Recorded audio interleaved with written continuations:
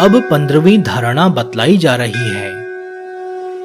अनाहत, श्रवण गोचर, अविच्छिन्न ध्वनि वाले एवं नदी के वेग के समान शब्द ब्रह्म में निष्णात योगी पर ब्रह्म प्राप्त कर लेता है।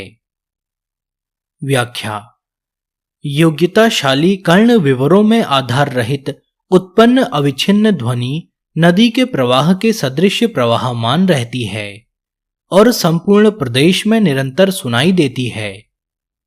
उसका ध्यान करते हुए उसमें लीन होता हुआ साधक पर ब्रह्म को प्राप्त कर लेता है। कहीं कहीं पर अपात्र करने यह पाठ भी मिलता है। उनके मत में जिस अंतर्ध्वनि के श्रवण के लिए ये स्थूल कर्ण पात्र नहीं हैं, ऐसे शब्द ब्रह्म में निष्ठापूर्वक ध्यान करता हुआ साधक नदी के प्रवाह के सदृश अविच्छिन्न प्रवाहमान शब्द ब्रह्म के प्रवाह में द्वादशांत से हृदय तक और हृदय से द्वादशांत तक चिंतन करते हुए तन्मय होकर शब्द ब्रह्म में लीन हो जाता है, ब्रह्म भाव को प्राप्त होता है। अब 16वीं धारणा का निरूपण है। प्रणव का उच्चारण करता हुआ तथा प्लुत उच्चारण के अंत में शून्य भाव में धारणा करता हुआ शून्यात्मिका परम शक्ति की सहायता से हे भैरवी शून्य भाव को प्राप्त हो जाता है।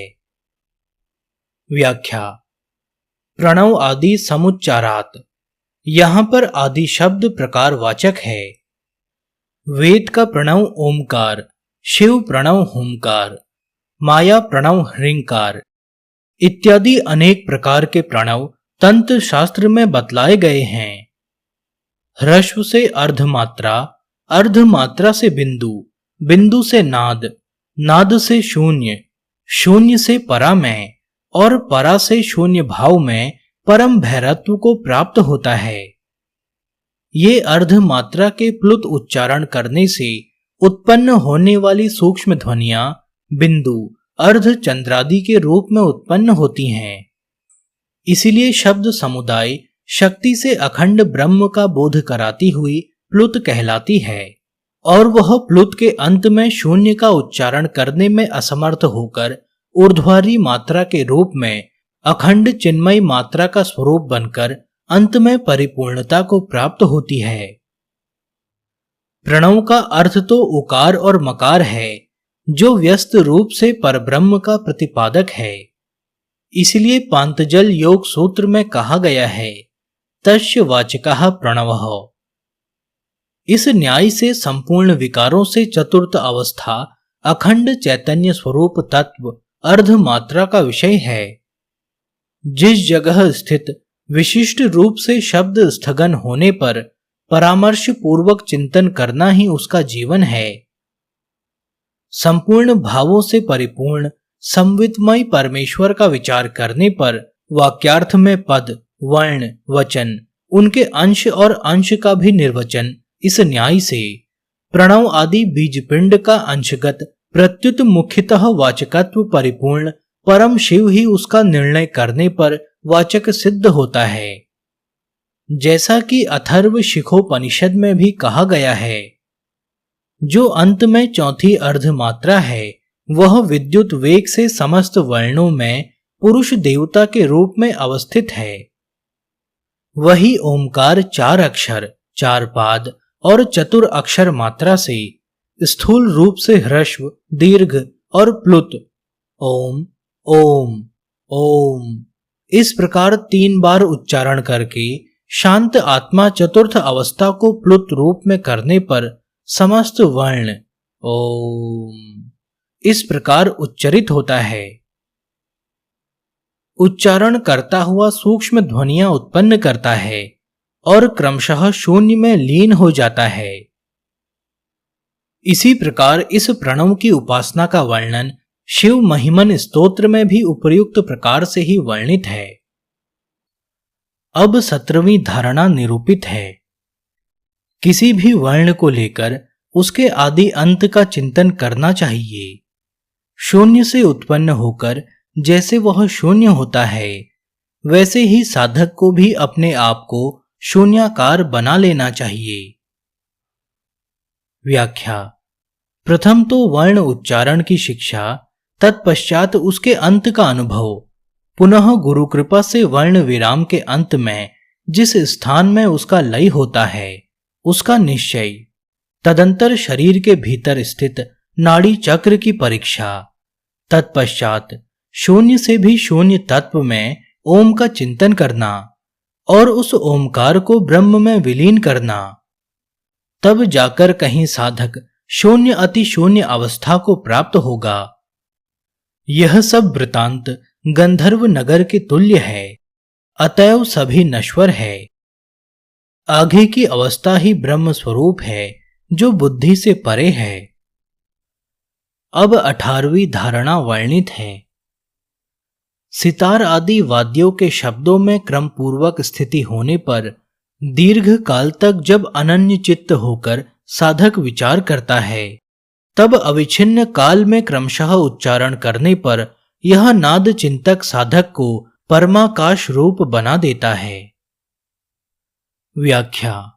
अभिप्राय यह है कि सितार, सारंगी आदि वाद्य यंत्रों से उठने वाले स्वरात्मक शब्द मूर्छना के रूप में क्रमबद्ध स्थित होने पर अनन्य चित्त से क्रमबद्ध नाना राग उत्पन्न करते हैं और उनमें तदाकार चित्त वृत्ति वाला साधक एक समय पर क्षण भर के लिए सम परिस्थिति होकर अत्यंत आनंद का अनुभव करता है।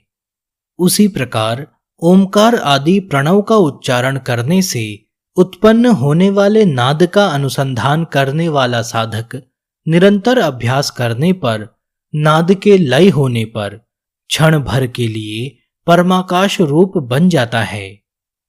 इस समय उसका आकाश तत्व लय होकर शून्य में सत्ता होकर स्वयं परब्रह्म स्वरूप शून्यात्मक बन जाता है। पूर्व कारिका में स्थूल वर्णों के क्रम के बाद बिंदु आदि प्रमेय में आरोहण न होने तक प्लुत के उच्चारण के अंत में शून्य भावना का साधन बतलाया गया था। अब सूक्ष्म मंत्र को अर्ध मात्रात्मक रूप आरोह दशा में प्लुत का अंत होने पर शून्य की धारणा का वर्णन 19वीं धारणा के रूप में निरूपित है। हे देवी, पिंड मंत्र के स्थूल वर्णों के क्रम से उच्चारण के बाद अर्धेंदु, बिंदु, नाद और नादांत के बाद शून्य उच्चारण से मनुष्य शिव स्वरूप बनता है। व्याख्या। पिंड मंत्र जिन्हें कूट कहा करते हैं, जैसे ह, सौ, र, छ आदि रूप में तंत्र ग्रंथों में दिखलाए गए हैं। इनका स्थूल वर्ण क्रम हकार से छठे वर्ण पर्यंत 9 प्रकार का है। उससे बिंदु, तत्पश्चात अर्धचंद्र, उससे आगे नाद तथा स्वकीय छाया के दर्शन आदि के समय पुरुष बिंदु अर्धचंद्र और नाद के अंत में समाप्त होने पर शून्य रूप होकर प्लुत का उच्चारण करने पर उसके लय होने की अवस्था में परम शिव भाव को प्राप्त होता है। यद्यपि अकार आदि वर्णों से भी प्लुत उच्चारण संभव था, परंतु उससे न करके उकार से प्लुत के उच्चारण का बोध कराया गया है। यह प्रक्रिया शास्त्रों में बहुतायत से प्रसिद्ध होने के कारण की गई है। वस्तुतः प्रत्येक स्वर पशु पक्षी प्रकृति से उच्चारण करते हैं और ब्रह्म मुहूर्त में मुर्गा, ह्रस्व, दीर्घ और प्लुत का तथा नाद का उच्चारण नादांत पर्यंत करता है। इसलिए व्याकरण आचार्य पाणिनि ने भी अकालोज ह्रस्व दीर्घ प्लुतः कहकर उकार से ही ह्रस्व, दीर्घ और प्लुत उच्चारण मात्रा का निरूपण किया है और वह प्राकृतिक पशु पक्षी के द्वारा अतिशुद्ध मात्रा में अनुकरण करने के लिए साधक की साधना अवस्था में अतीव सुलभ और सहायक होती है।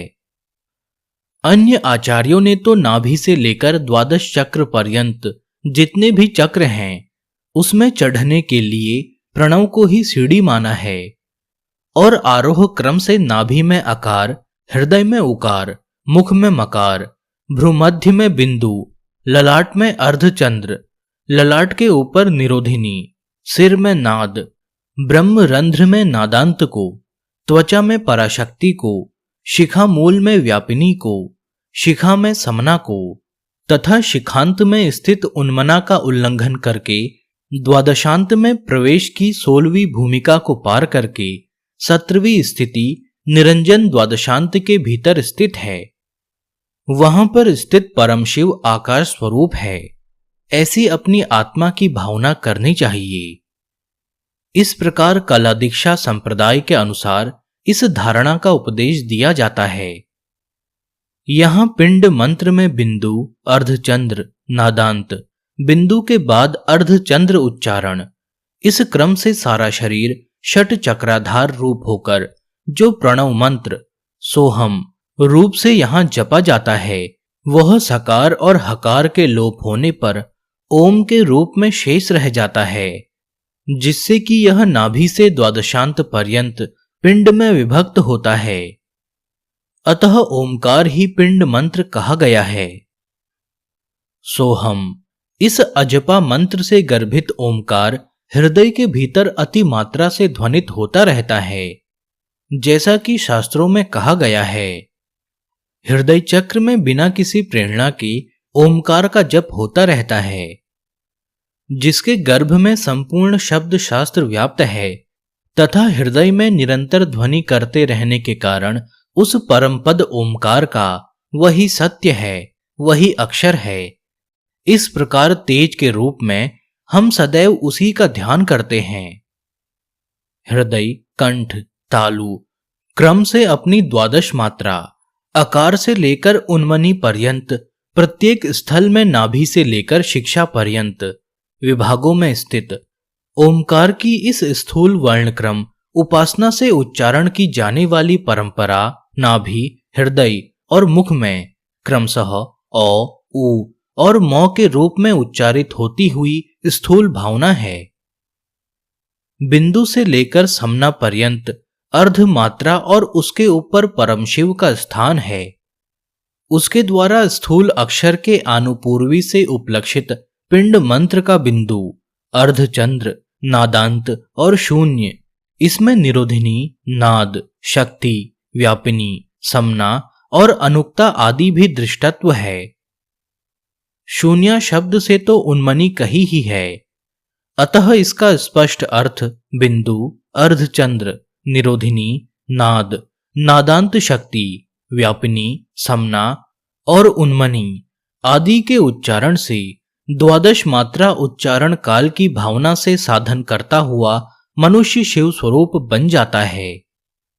अथवा आकार से समना पर्यंत मात्राओं का शून्य रूप उच्चारण करने से, शून्य विमर्श से उन्मना रूप परम शिव भाव प्राप्त होता है, क्योंकि समनांत साधन संसार रूप होने से हेय है। केवल उन्मना रूप जो परम तत्व है उसमें प्रवेश करना ही उपादेय है, जिसके लक्षण नेत्र तंत्र में निम्न रूप से वर्णित हैं। वह सूक्ष्म पराशक्ति उन्मना शिव स्वरूप है। उसका अस्तित्व क्षोभ करते समय क्षोभ्य वस्तु के रूप में आत्मा में आभासित होता है। उसी का नाम समना है, जो सभी मार्गों में सदा गतिशील है और संपूर्ण विश्व को अपने भीतर समा लेती है तथा पुनः उत्पन्न कर देती है।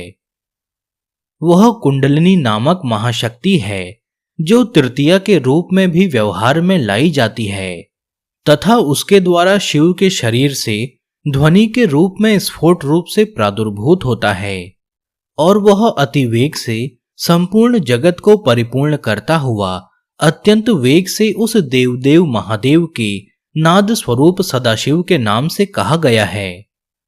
इसके भीतर नादांत शक्ति भी समाविष्ट हो चुकी है। ध्वनि के मार्ग में गया हुआ नादांत जहां पर बिना रोके हुए विश्राम करता है, उस शक्ति का नाम निरोधिनी है। वह सभी देवताओं का निरोध करने में समर्थ है। उस निरोधिनी शक्ति संपन्न महेश्वर की महिमा अवर्णनीय है। उस महेश्वर में असंख्य कोटि मंत्रों की सत्ता है। जो उसमें प्रवेश करता है वही उस शक्ति को पाता है। यही निरोधिका नाभिका मंत्र शक्ति की कला है और वही बिंदु महेश्वर कहलाता है। जब यह शिव अमृत मस्तक पर गिरता है तो सृष्टि का कारण बनता है और जो इससे परिप्लावित होता है वह अर्धचंद्र कहलाता है। यही अर्धचंद्र बिंदुपात से ऊपर चढ़ता है तब संहार नाम धारण करता है, और वही सभी भूतों का कारण है तथा वही नाद का अवरोहण सृष्टि का कारण बनता है। मकार यहां पर रुद्र है जो उत्तम वर्ण संगठन से उत्पन्न होता है। जब यह स्थिति को पा जाता है तो अपने अभिमुख होकर सृष्टि का कारण बन जाता है, तथा जब यह ठीक स्थान पर प्रतिष्ठित होता है तो पालन करने के कारण उकार रूप से समक्ष आता है।